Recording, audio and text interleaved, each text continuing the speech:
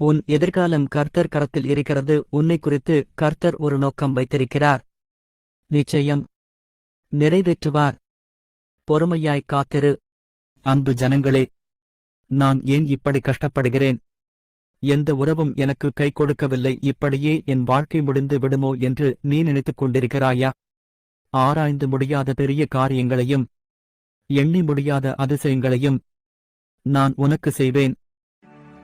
இன்றைய வாக்கு: நானே உங்களுக்கு நாவன்மையையும் ஞானத்தையும் கொடுப்பேன். உங்கள் எதிரில் எவராலும் உங்களை எதிர்த்து நிற்கவும் எதிர்த்து பேசவும் முடியாத. லூக்கா நற்செய்தி அலகு 21 அருள் தரும் வார்த்தை 15. அன்பான பிள்ளைகளே, இந்த இரக்கத்தின் காலத்தில் நான் உங்களை இதயத்தால் ஜெபிக்க அழைக்கிறேன். உங்கள் இதயத்தை நேசியுங்கள். எனது அன்பார்ந்த பிள்ளைகளே, உங்கள் ஜெபம் வானத்தைத் துளைத்துச் செல்லட்டும். அதன் மூலம் உங்கள் இதயம் கடவுளின் அன்பை அனுபவிக்கட்டும். அவர் உங்களை குணப்படுத்துவதுடன் தனது அளவிட முடியாத அன்பால் உங்களை ஆட்கொள்வார்.